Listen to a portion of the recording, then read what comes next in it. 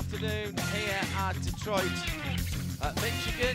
Good to have you company if you are just joining us. It is the IMSA WeatherTech Sports Car Championship Chevrolet Sports Car Classic, and it is qualifying. And it's Jeremy Shaw and John Hindhaugh in the Haggerty Global Broadcast Centre. Last time for the sports cars on the island, and we wait to find out whether we'll be back at Detroit next year when we get the IMSA schedule at Road America later on. Good afternoon, Jeremy. How are you? So very well, thank you very much indeed. Yes, it's you can see from the island downtown, where around the Ren Centre, the Renaissance Centre, the Ren Centre, is the downtown track was, and will be again for next year. But this is a great venue. It is a 2.3 mile circuit, if memory serves, with a nice compact layout running around. It's been extended actually over the last few years, and I think that makes it a far better circuit, not your obvious pointy and squirty circuit, with a couple of quicker corners.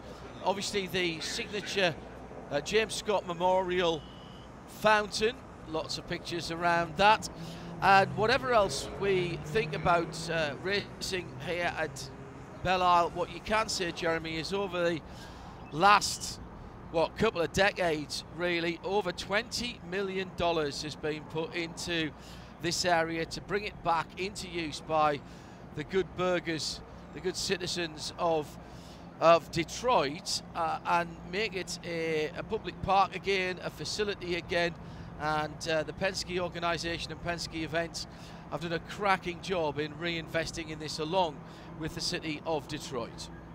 Yes, and it's certainly been through a major rejuvenation, not only the whole island, and this racetrack I think has been a part of that rejuvenation as well, and the whole area, in fact, to the sort of northeast, if you like, of downtown Detroit used to be pretty rough, but there's a lot of rejuvenation there as well, gentrification perhaps in some ways, and it's a much better area in many ways than it was 20 odd years ago when we first started going to the downtown circuit. But it's a tremendously challenging track. It's pretty bumpy around here, lots of different changes of surface, but it's a great track to drive. It's a real challenge, John, for the drivers and for the teams to get the setups right. Yeah, I'll absolutely agree with you. If you turn right coming off the island, off Belle Isle, and turn right into the areas around there, even in my relatively limited time of coming here over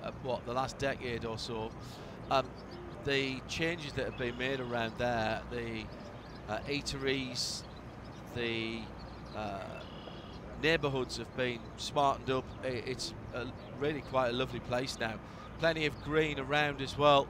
And bizarrely, of course, this is where all of our gyros go completely wrong, because we're in the United States and we're looking across the river south into Canada. Hi, Robbie, that's the 1 minute call. Yeah, Good luck out there. that one messes you up, doesn't it? 2 qualifying sessions. We only have 2 groups of cars here, just 16 cars, 10 GTDs and the 6 DPIs, and it is the GT Daytonas that are here.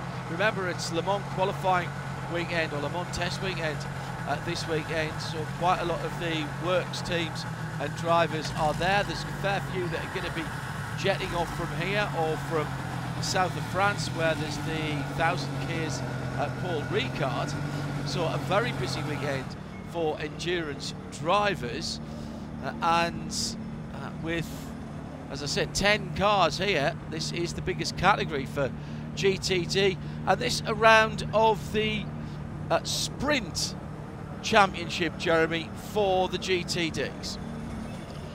Indeed so, yes it is. We're more than halfway through the season now for the GPI category. This is round 6 out of 10. For GTD, it's round 5, so halfway through their season, and round 4 for the Sprint Cup as well. So by now, the championships are, we're getting down to crunch time, aren't we? And for some of the teams, this is becoming more and more crucial, particularly if you're looking later on at the DPI cars. We've got GTD cars out on track at the moment, but for later on for for DP. You know, the 6 races down it'll be after the end of this weekend. At IMSA Radio, if you'd like to get in touch with us here at the Haggerty Global Broadcast booth. Good to have your company. The green flag is out. The engine you can hear in the background is that of a BMW, who will be looking to their runners this weekend to claw back a bit of pride after what frankly was a very disappointing Nürburgring 24 hours last weekend for the Munich brand.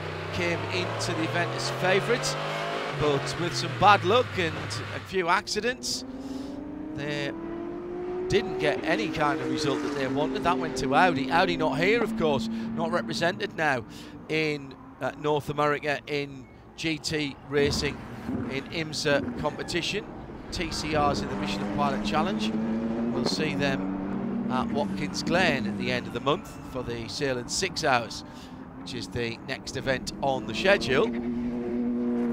Paul Miller Racing has Madison Snow behind the wheel. 2 Lexus RCFs this weekend, again both in GT Daytona.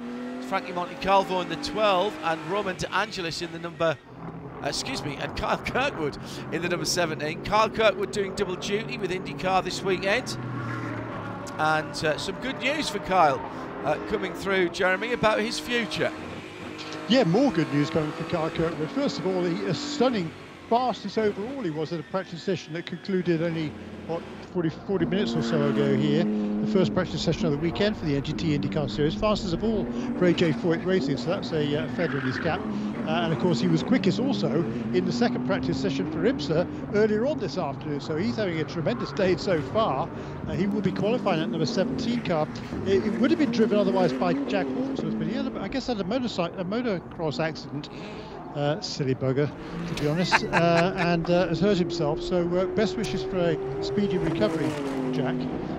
And it'll be Ben Barnicat stepping in for Jack this weekend in that number 17 car. But it's going to be very interesting to see how that car runs here this weekend.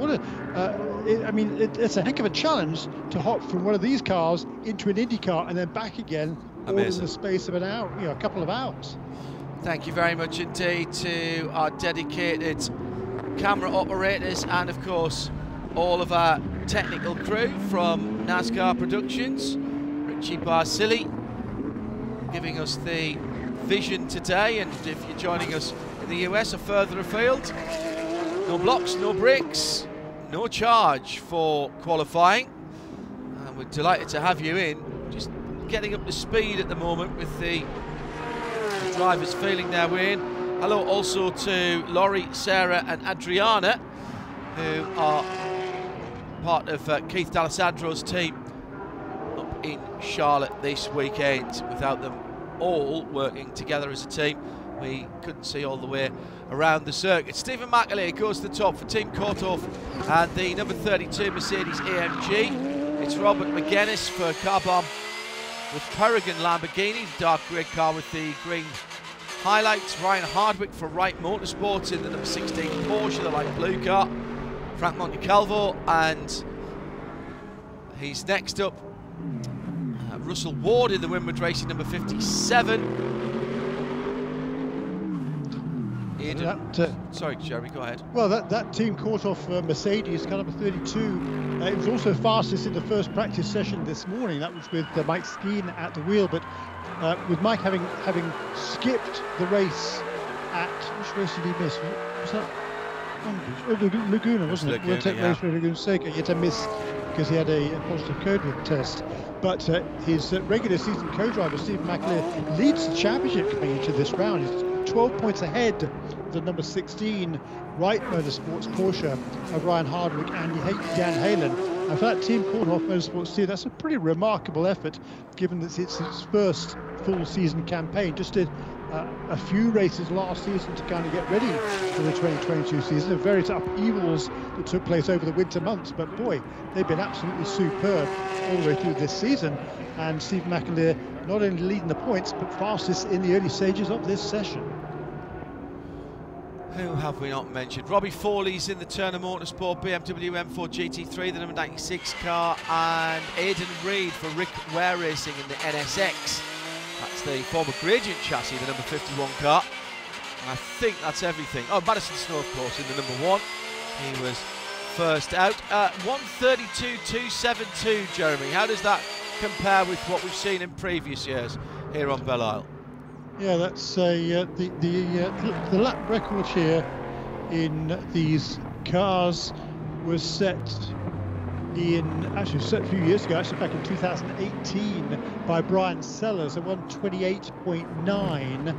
The pole time last year was Richard Highstand in an Audi at 1:30.5, and the fastest time this morning was 1:29.993, actually this afternoon, the second session, by Carl Kirkwood in the Lexus 1:29.9. So that's kind of the benchmark to aim for. I think that's that record by Brian Sellers back in 2018, different tyres back then, and slightly different specifications. So I don't think we're going to get anywhere near that.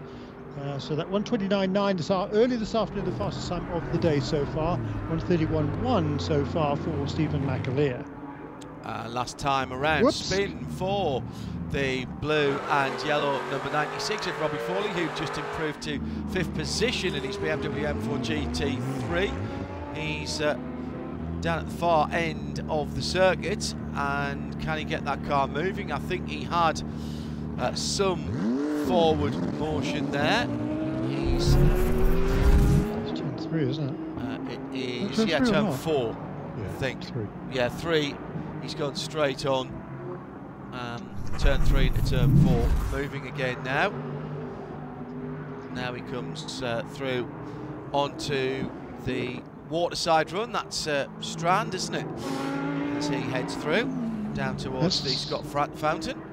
That's the car that won the most recent race at Mid-Ohio a few weeks ago after the disqualification, or put to the back, of the number 70 Inception Racing McLaren. It took the checkered flag in first position, but was underweight. I think it was underweight was the problem for that car. So went to the back. So they didn't get a chance to celebrate on top of the podium. But Robbie Fawley and Bill Oberlin, who extends his record now as the most successful sports car driver in North American history, 65 wins to the credit of Bill Oberlin. And yet another one there also there for Robbie Fawley. That was his 7th win in this championship. Robert McGuinness goes to the top for Carbon, and the Lamborghini, the number 39 dark grey car, chasing through. Russell Ward in 3rd position. So the best time now down to a 1:30.351. Quick note on Bill Oberlin, he was at the Nürburgring for the 24 hours. Only time I've ever heard Bill tell anybody he didn't want to drive. Wasn't interested at all in going out on the Nürburgring Nordschleife. Had a good chat with him and with John Edwards. As I said, on the weekend that BMW wanted in the big race. Bill was there to race in the BMW Legends event in the new BMW M2 CS. Qualified on pole position by about 0.4 of a second. From Johnny. 0.4 of a second. Yeah, round the. Tight. Well, it was only around the Grand Prix circuit. But it was Johnny Cicotto who was second in qualifying, and Eric van der Poel who was 3rd. They reversed the grid, and Bill Oberlin, despite having to check up at the first corner for an accident, drove through the grid and won by 5 seconds. He was right on it. Cicotto was delayed and was closing at the end, but I think Bill had him covered. Great to see those drivers out there. Jochen Mass was out there, Harold Gross, and Olaf Manthey was driving one of the cars as well. Wow, what fun. Fantastic stuff. We're about halfway through, no, a little bit more than that, about 2/3 of the way through. Madison Snow goes to the top with a 1:30.106. Very impressive. He's already had 2 poles this season already in that number 1 car for Paul Miller Racing, despite the fact they missed the first race of the season at Daytona. They've had only 4 rounds of the regular season GTD Championship, because the round earlier this year at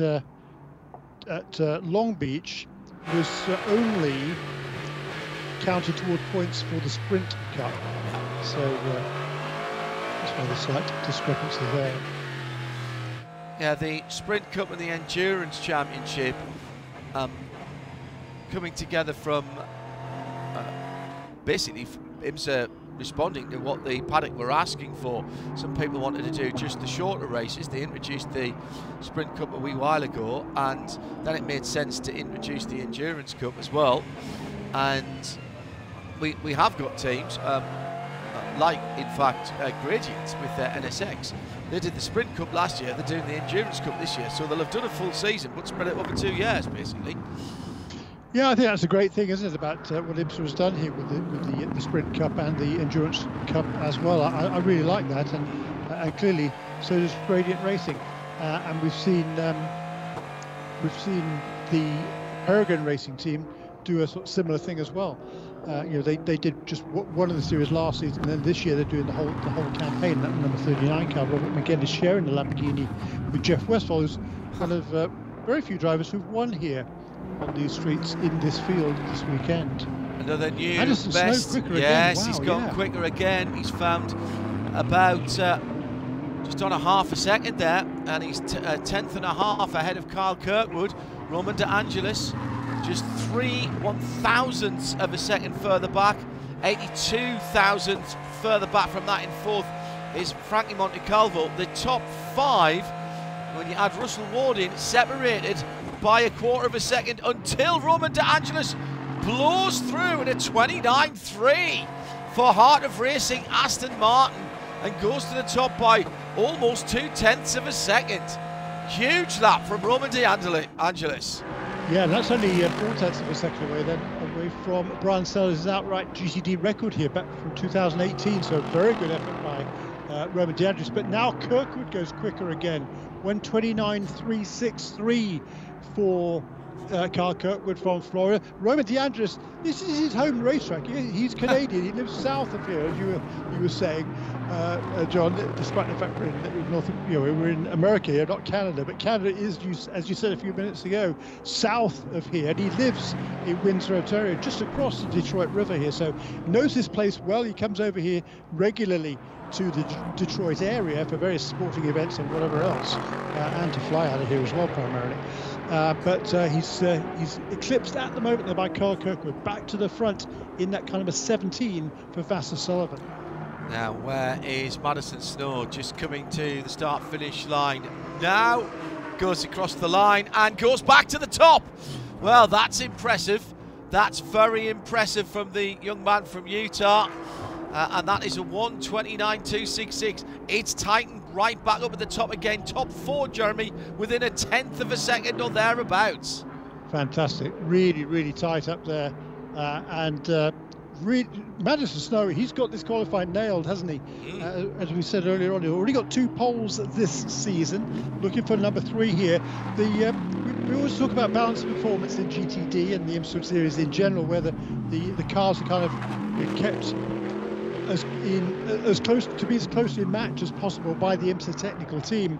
There was only one change for this weekend in the GTD ranks. There was 15 kilos added to the BMW for this weekend. That car has been certainly the car to beat, I think, in the last several rounds of this championship, having got the balance wrong earlier in the season. I guess so it's 10 kilos added to the BMW this weekend. But again, Madison Snow right there challenging for this pole position.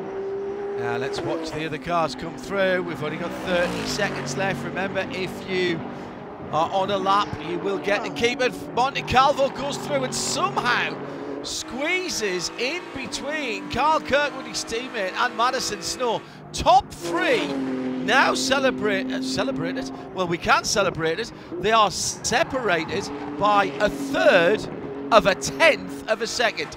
0.031, 31 thousandths. This is more like bobsleigh than qualifying at the Chevrolet Detroit Grand Prix presented by Leah. Extraordinary stuff here. And De Angelis goes to the top at the checkered flag.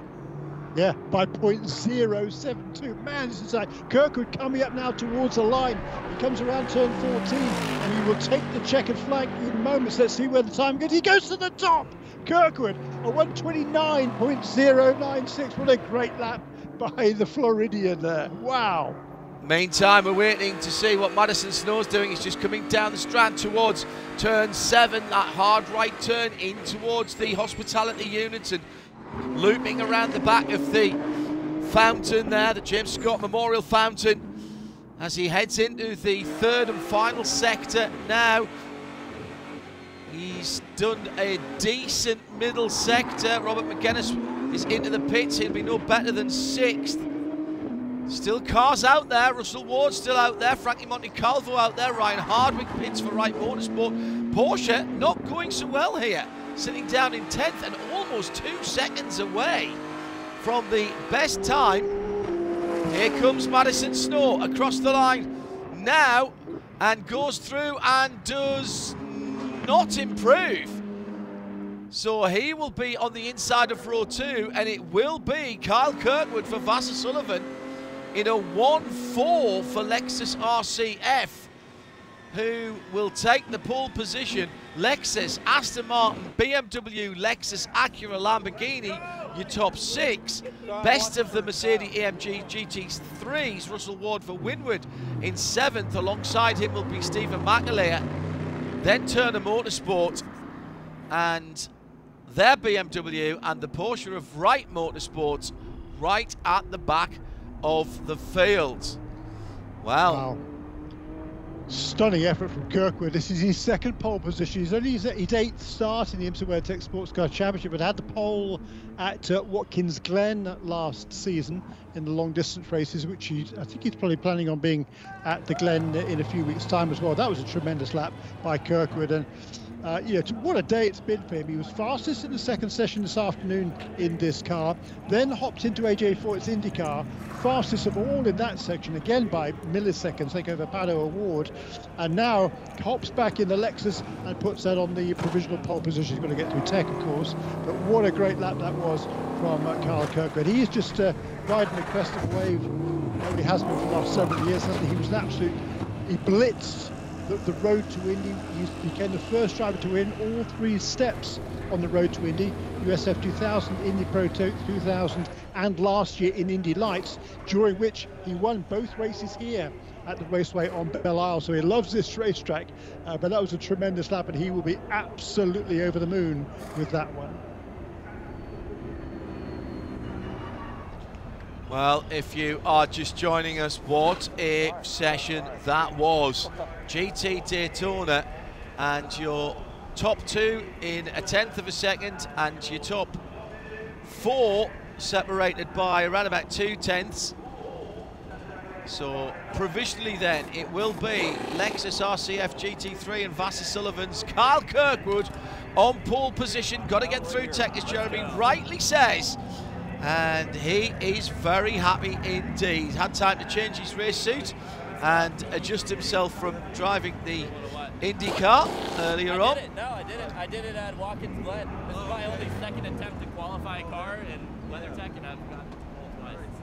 And as you hear there, Sure do. just confirming what Jeremy said, Watkins Glen 6 hours, the sale in 6 hours. He was on pole last year, only the 2nd time he has qualified a car. And he's batting 1,000 at the moment, getting the applause from a knowledgeable crowd here. There'll be Lexus and Aston Martin on the front row of GTD, BMW and Lexus on row 2, then Acura and Lamborghini on row 3. His teammates straight out to come and have a chat with him. And that's the first part of the job done, Jeremy. It certainly is there. Ben Barnicott there wraps his hands around. A good job, he says. He certainly did a good job there, did Kyle Kirkwood. That was a tremendous effort. The pressure was on there. He's been quickest on and off through that session, but he had to step it up on that last lap, and that's exactly what it did. Just over a 1/10 of a second then, that pole position for Kyle Kirkwood over Roman DeAngelis in the Aston Martin. That's the team, that Harter Racing team. They scored their first win here last season, and they're in a good position here again this weekend with Roman DeAngelis 2nd fastest on the grid, but a tremendous pole position for Kyle Kirkwood. Of course, it is the joint shortest race of the IMSA WeatherTech Sports Car Championship season here on Belle Isle for the Chevrolet Detroit Grand Prix presented by Lear. Just 100 minutes, same distance as we have on the streets of Long Beach. And that may make for some slightly different strategy. We'll run that down for you tomorrow in our Michelin Countdown to Green with the Porsche keys to the race as well. And then full live coverage for you before Michelin post-race tech on IMSA Radio RS2. IMSARadio.com for all your IMSA content, not just this weekend, but 365 days of the year and 24/7. It's all there, it's all free, and you can listen back to previous races on the archive, as well as some features about the different IMSA championships. Just WeatherTech here this weekend, before we have the bumper weekend up in upstate New York in the Finger Lakes region at the end of the month. So Carl Kirkwood claims his second pole position for Vassar Sullivan coming out next. We will be jumping across to the fastest cars in the IMSA WeatherTech Sports Car Championship, the DPI cars. Was that James Sullivan, Sully, in there as well a moment or two ago, Jeremy? It was indeed there, yeah, to take that celebratory photo with the Motul flag there with Carl Kirkwood. Yeah, Sully, along with Jimmy Vassar, of course, the two partners at Vassar Sullivan. This Lexus team, they've really done a super job. For the last few years, they've been running dual programs, both in WeatherTech and also in the NTT IndyCar Series. This year, though, just focusing on this IMSA WeatherTech Sports Car Championship program with Lexus. They're bringing a second regular GTD car. They generally run a GTD Pro for Ben Barnicoat and Jack Hawksworth, and then the regular GTD car for Frankie Montecalvo and Aaron Telitz. But both last time out at Lexus, at Mid-Ohio, where Lexus sponsored the race, Lexus brought along that second car there for Richard Highstand and Jack Hawksworth. This weekend, bringing that second car back again for Ben Barnicoat and Carl Kirkwood. And Carl says, thank you very much. What a week has been for him. You talked about earlier on, it was announced this week that he will be rejoining the Andretti Autosport fold for the 2023 season, having won the Indy Lights Championship with them last season. Now driving for AJ Foyt in the IndyCars, but that was kind of just a holding year. He'll be back to Andretti Autosport to drive the 27 cars. For that, 28, 27. Rossi's 27 car, yes. Yeah. Alex Rossi's car, who's That's heading right, off the to car, yeah. Who's heading off to McLaren SP. That news breaking while we were on air on Midweek Motorsport on Wednesday, that Kyle was taking over from Rossi, and then I think one of the less well-kept secrets in the IndyCar paddock that Rossi was heading over to McLaren, who may well be running 3 cars next year in the IndyCar paddock. Big time of change in sports cars as well, with new cars coming in for next season in the GTP, the newly named GTP category. Ricky Taylor will be qualifying the Acura for Konica Minolta. He's sitting in the car at the moment. Same script here, 15 minutes. I do notice that Acura had some little teaser photographs for their car today in a camouflage sort of white out spotty livery on a camouflage white out spotty background, so you couldn't see very much of it. No, and Cadillac's going to announce they're going to unveil their rendition of their car next week as well. So BMW on Monday. BMW's GTP car will be revealed on Monday. Porsche's GTP car revealed over the weekend of the Sailing 6 Hours of the Glen. That'll be the livery for both the WEC and the IMSA WeatherTech Sports Car Championship, and the name of that car. We're just calling it a Porsche GTP at the moment, but it will have a number or a name of some description, and that will be getting its first public outing at the Goodwood Festival of Speed over the weekend of the Sailing 6 Hours of the Glen. And strong suspicion that that car will race before the end of the season if their testing schedule goes to plan, and they've had the most testing. Porsche have had the most testing for their GTP car because they have been doing all the testing on the spec parts for all the manufacturers. Yes, that's right. We have an outbreak of common sense and cooperation in sports car world, and Porsche have been testing things like the hybrid, etc. And that car is slated, if all goes well, to run at Bahrain at the end of the season in WEC. All that cooperation from the LMDH, the IMSA version of the car from the manufacturers. It's already kicked off in hypercar. We've seen Peugeot's car, but we haven't seen it raced yet, and they're already having an argument about tyre sizes, and Ferrari are kicking up a fuss. We haven't even seen their car yet, but that's at the moment at least confined to the FIA, WEC and Le Mans. Seems to be a slightly more collegiate approach to the GTP regulations. Clock has started, and the current iteration, this is DPI, the second gen DPIs I suppose you would call them. They are out on the track, and it is Tristan Vautier driving the JDC Miller Motorsports Cadillac number 5. Connington Minolta, as we said, Ricky Taylor. Olivier Pla drafted in this weekend, and Tristan Nunez has lost his drive, Jeremy, for Whelen Engineering. A results-based game, and Ollie Pla is in the seat with his friend Pete Wutterati. Yeah, Olivier Pla had been kicked out from Meyer Shank last season. He's found a lifeline here in with the Action Express team. He of course shares with Pete Wutterati, doesn't he? One of the Glickenhaus cars in the World Endurance Championship. Same management as well, Jeremy. Yeah, is he? Okay. Yeah. So well known there, but last couple of years, quite frankly, he hasn't really been on the pace over here. I think very good qualifier but fantastic qualifier, and hugely experienced. He's raced here twice before. He raced here last year, finished 6th here last year. Also had a podium finish back here in 2014, back when he was with the Ligier. So he knows his track well, and interesting that they would choose him to take that seat. I thought there'd be plenty of drivers could have been on their shopping list, but they've gone for Olivier Pla, gone for experience. We'll see whether he can deliver any more than Tristan Nunez is. Clearly, the team really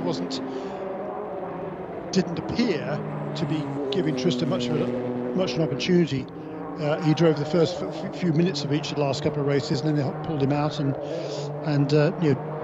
but they have managed to finish on the podium last 2 times out. So it's been 3 podium finishes this season already for that team, and they want to challenge for the championship. Tom Blomqvist for Mershank Racing's Acura number 60. That's the pink and black car, AutoNation Sirius XM machine.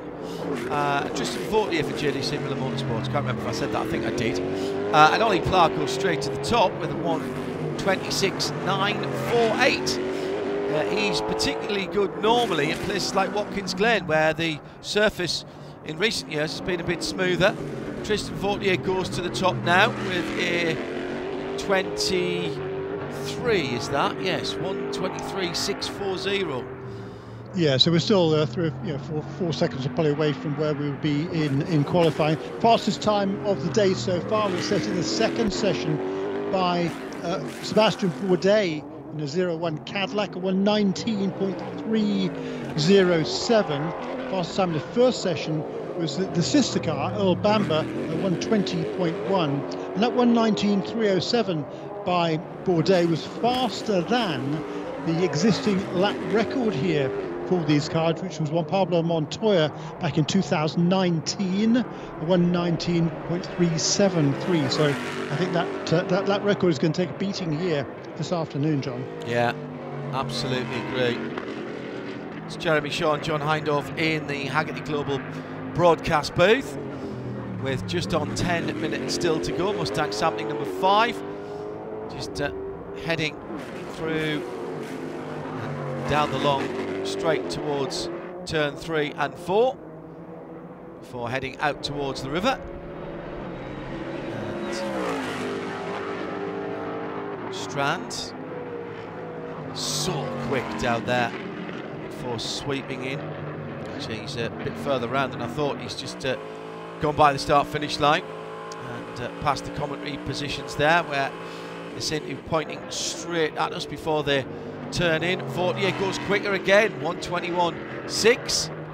Time's coming down all the time. Haven't mentioned Sebastien Bourdais and Alex Lynn yet. They've just gone out onto track for Cadillac Racing, the two Chip Ganassi cars, the 01 and the 02.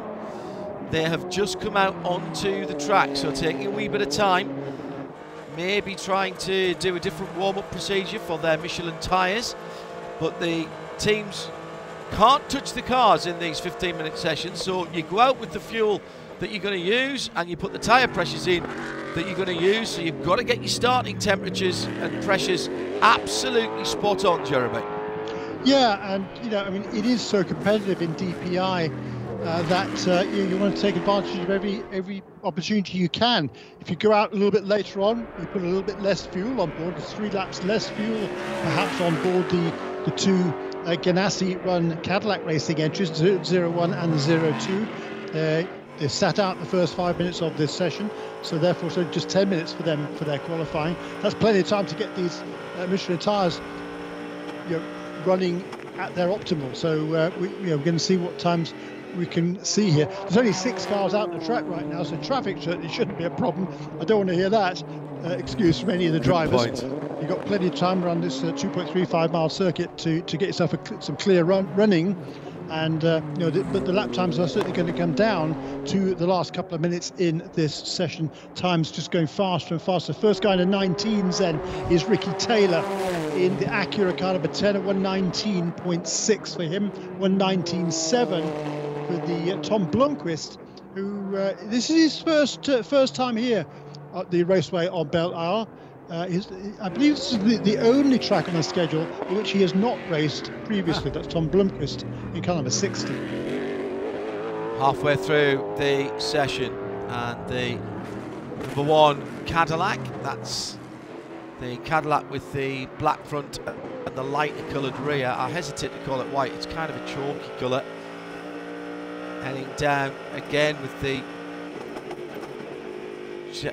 checkers. The stripe just gone through it there.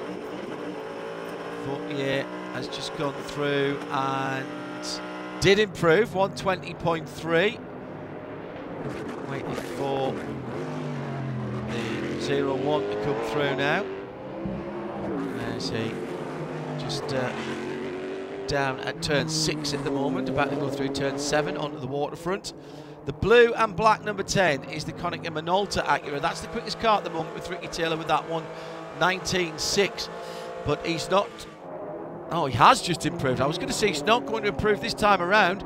How about a 1:19.1, Jeremy? That's a big chunk of time that Ricky Taylor's just taken out of the field. And Blomqvist goes through in a 19.6. So that's about where Ricky was before that last lap. And by 0.2 of a second, then a new track record in qualifying for Ricky Taylor. That car already had 2 poles this season. Number 01 car has had 3 poles this season so far for Sebastien Bourdais. Earlier on, Kyle Kirkwood put the Vassar Sullivan Lexus on pole position for GT Daytona ahead of the Aston Martin of Roman De Angelis and the Harter Racing team. Seb Bourdais goes through. Very, very impressive. With a 1:19 even, 1:19.017, a 1/10 up on the field, and that is an extraordinary run for the 01. Yeah, Sebastien Bourdais in a rich vein of form at the moment, Jeremy. But Alex Lynn is hanging it out here as well. Across the line he goes there, the Englishman. Does he improve? He does, but stays in third. Yeah, okay, so he lost a fair bit of time in that final sector because he went purple in the middle sector, did Alex Lynn. I think it was through the fountain section. The car was bouncing around and all over the place. He had to gather it all up. I think cost himself a couple of 0.1 of a second there. And that would be the margin between first and 4, as Lynn is right now. Bourdais fastest at 1:19.0 1:07. He did improve again last time around, 1:19.05 for Ricky Taylor. Boy, it's tight up the front again. Yeah, that's an improvement for the Cunningham and Alta Acura. So 0.033 of a second between first and second, 0.2 between second and third, 0.065 between third and fourth position. These are very fine margins indeed. See who's on a quick one at the moment. The 0-1 on the circuit just goes across the start-finish line, and Sebastian Bourdais with a somewhat tardy 1:20.7. That was a bit of a slow down lap, I think. Or did he make a mistake out there? 0-2, Alex Lynn.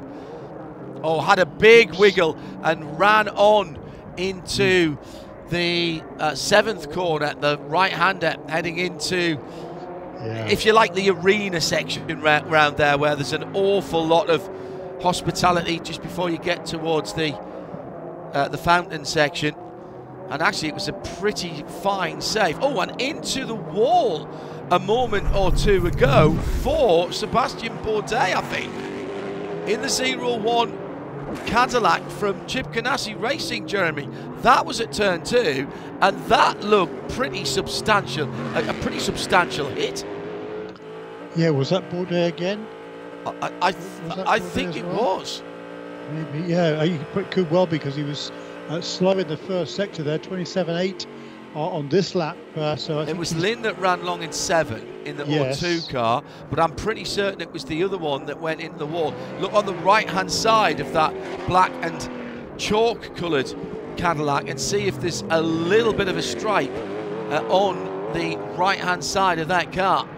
Meantime, Lynn is trying to improve again with 2.5 minutes to go, and he's very tight to the wall indeed at the far side of the circuit.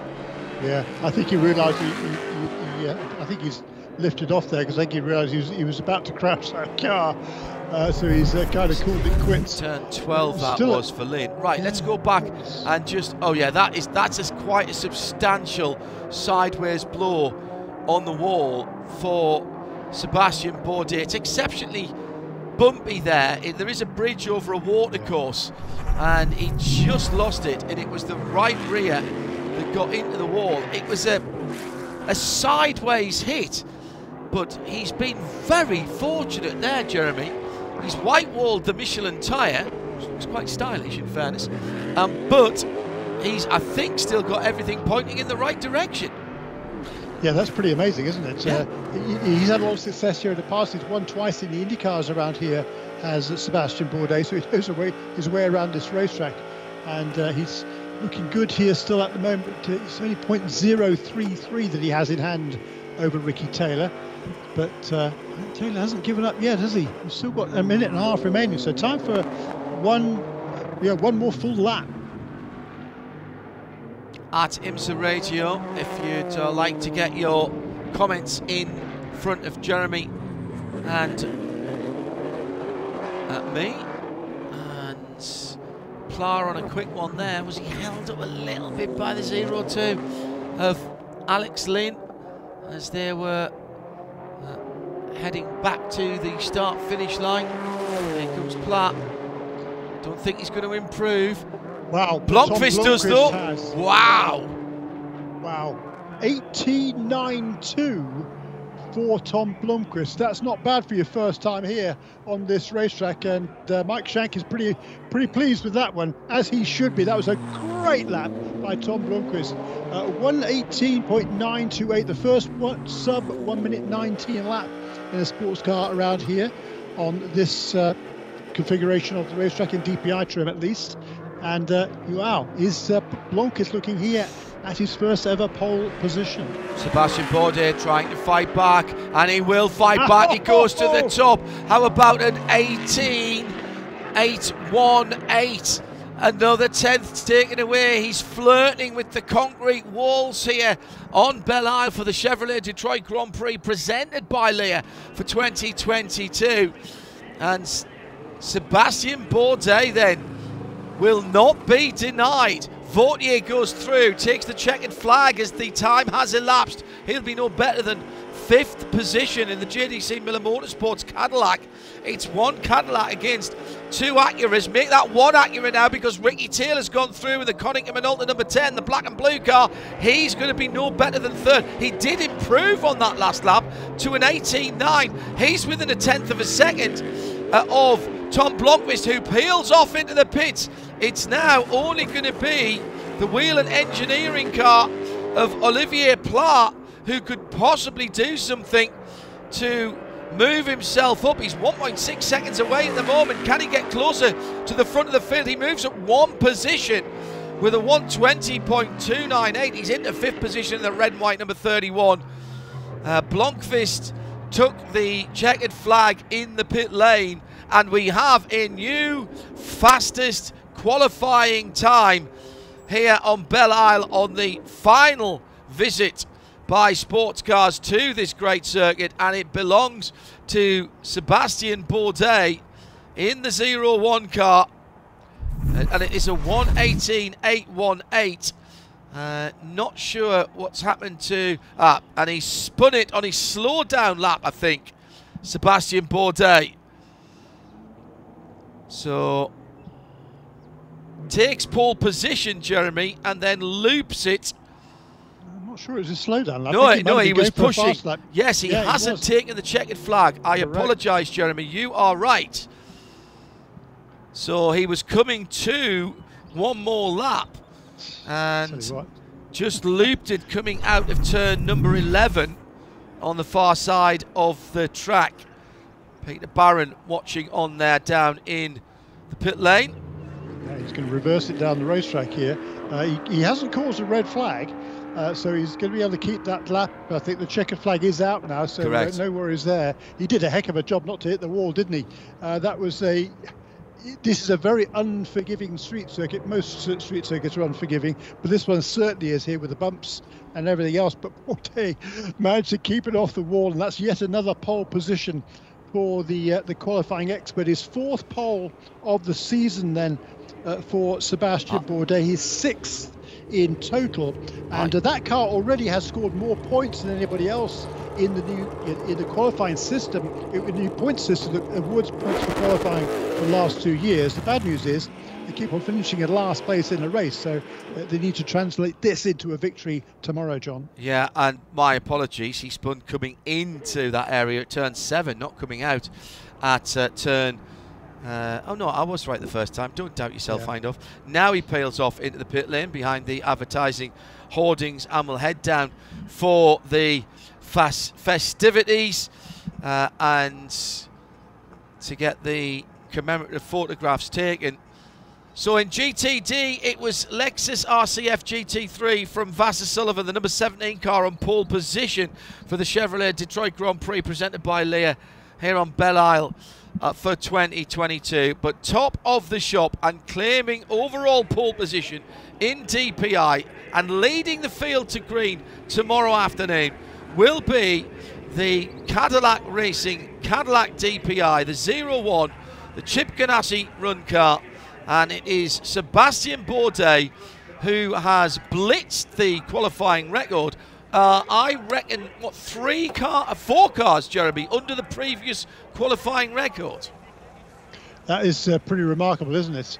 Yeah, 19.3 was the old standard. 19. What was it? This 4th place here was 19.334. The old record 19.373. So yes, 4 cars underneath the old record: Bourdais, Blomqvist, Taylor, and Lynn. So it seems there's 2 Cadillacs and 2 Acuras in there. So hats off here to the IMSA technical team. The Cadillacs came into this weekend having to carry 15 kilos extra compared to the most recent round at Mid-Ohio.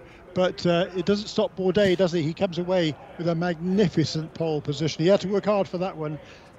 He was fast on the streets of Long Beach, and he's doubling down on the street circuit. A rich vein of form. He's in fantastic fettle at the moment and has the momentum.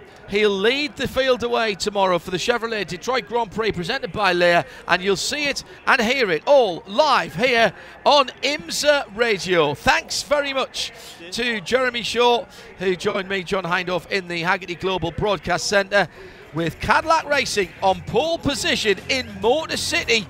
We'll see you tomorrow for the whole race live.